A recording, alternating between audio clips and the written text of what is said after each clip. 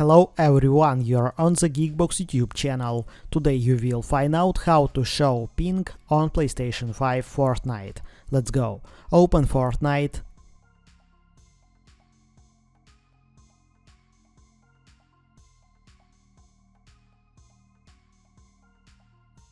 Options. Settings. Game user interface.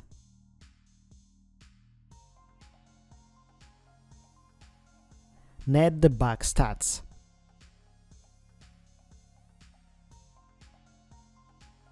Enable. That's it.